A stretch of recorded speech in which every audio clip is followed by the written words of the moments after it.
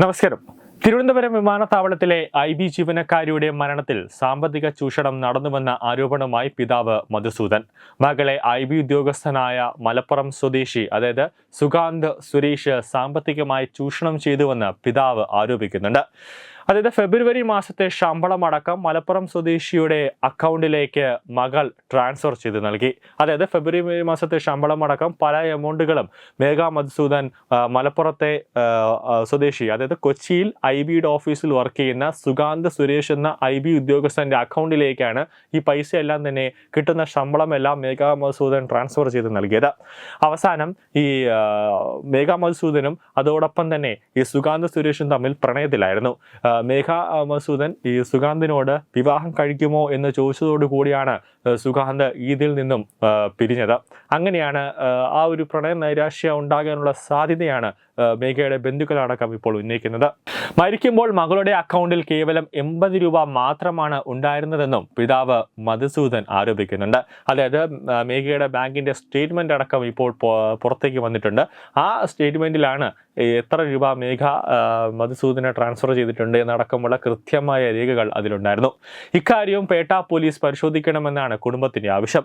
മേഘയുടെ account വിവരങ്ങൾ പോലീസിന് കൈമാറിയിട്ടുണ്ട്. മകളുടെ അക്കൗണ്ട് സ്റ്റേറ്റ്മെന്റ് എടുത്ത് നോക്കിയപ്പോഴാണ് ഇക്കാര്യം വ്യക്തമായത്. പല സ്ഥലത്ത് വെച്ച് ATM കാർഡ് മുഖേനയും സാമ്പത്തിക ഇടപാട് നടന്നിട്ടുണ്ട്. ഉച്ച സമയത്ത് ഭക്ഷണം കഴിക്കാൻ പണമില്ലാത്തതിനാൽ വരുന്നില്ല എന്ന് സുഹൃത്തുക്കളോട് പറയേണ്ടി വരുന്ന സ്ഥിതിയിലായിരുന്നുവെന്ന് മകളുണ്ടായിരുന്നു.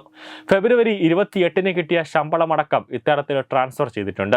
എല്ലാ മാസവും ഇത്തരത്തിലുള്ള പണമിടപാട് നടന്നിട്ടുണ്ട്. ഇതിനുശേഷം മാസ ചെലവിനായി മേഘയ്ക്ക് ഇയാൾ കുറച്ച് പണം നൽകുന്നതായാണ് ബാങ്ക് അക്കൗണ്ട് സ്റ്റേറ്റ്മെന്റിൽ നിന്നും വ്യക്തമാകുന്നത്. മലപ്പുറം ജില്ലയിലെ എടപ്പാൾ സ്വദേശിക്കെതിരെയാണ് മേഘയുടെ കുടുംബം ഗുരുതരമായ ഒരു ആരോപണം ഉയർത്തിയിരിക്കുന്നത്. ജോലി സംബന്ധമായ പരിശീലനകാലത്താണ് ഇയാളുമായി മേഘ പരിചയത്തിലാവുന്നത്. ഇയാളുമായി ഇഷ്ടത്തിലായിരുന്നുവെന്നാണ് മകൾ വീട്ടിൽ പറഞ്ഞിരുന്നത്.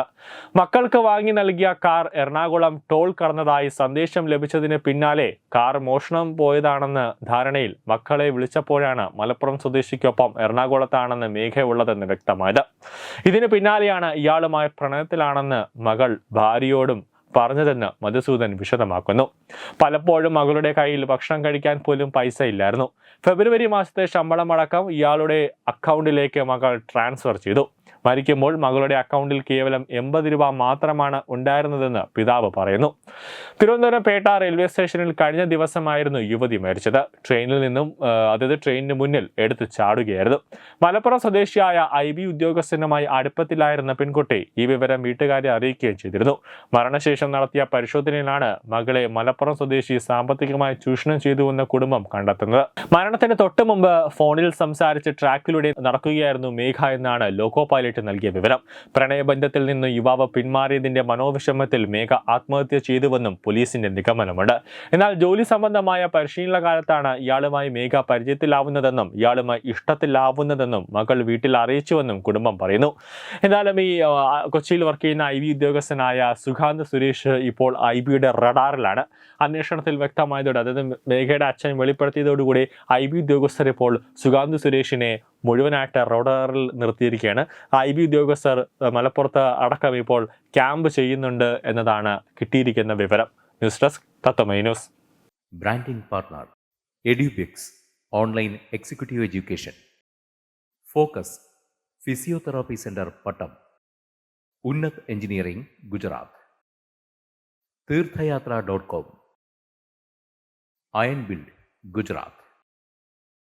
PRS hospital Killipalam Thiruvananthapuram. 5 തലമുറകളായി നിങ്ങൾക്കൊപ്പം. തുമ്പമൺ ശ്രീ വടക്കുംനാഥൻ ക്ഷേത്രം അമ്പലക്കടവ് പത്തനംതിട്ട. ശ്രീമദ് സ്കന്ദപുരാണ മഹാസത്രം 2025 മെയ് 11 മുതൽ 18 വരെ. ബ്രഹ്മശ്രീ മുംബൈ ചന്ദ്രശേഖര ശർമ്മയുടെ മുഖ്യ കാർമ്മികത്വത്തിൽ മഹാഗണപതി ഹോമം, സ്കന്ദപുരാണ പാരായണം, മഹത് പ്രഭാഷണങ്ങൾ, പൂജഹോമാദികൾ, കലാസാംസ്കാരിക പരിപാടികൾ. സത്രയജ്ഞ കർമ്മങ്ങളിലേക്ക് എല്ലാ ഭക്തജനങ്ങളുടെയും സാന്നിധ്യവും സഹകരണവും സാദരം അഭ്യർത്ഥിക്കുന്നു. മഹാസത്രവേദിയിൽ മെയ് 18 പഴനി അരുൾമിക ദണ്ഡായുധപാണി സ്വാമി ദേവസ്ഥാന അർച്ചക സ്ഥാനികർ ശ്രീസെൽവ സുബ്രഹ്മണ്യ ശിവശാരിയാരുടെ മുഖ്യ കാർമ്മികത്വത്തിൽ നടക്കുന്ന അതിശ്രേഷ്ഠവും സർവൈശ്വര്യദായകവുമായ സ്കന്ദഹോമം സ്കന്ദമഹാപുരാണ സത്രത്തിന്റെ ആദിമധ്യാന്തമുള്ള സമ്പൂർണ്ണ തത്സമയ കാഴ്ച തത്വമയി നെറ്റ്വർക്കിൽ.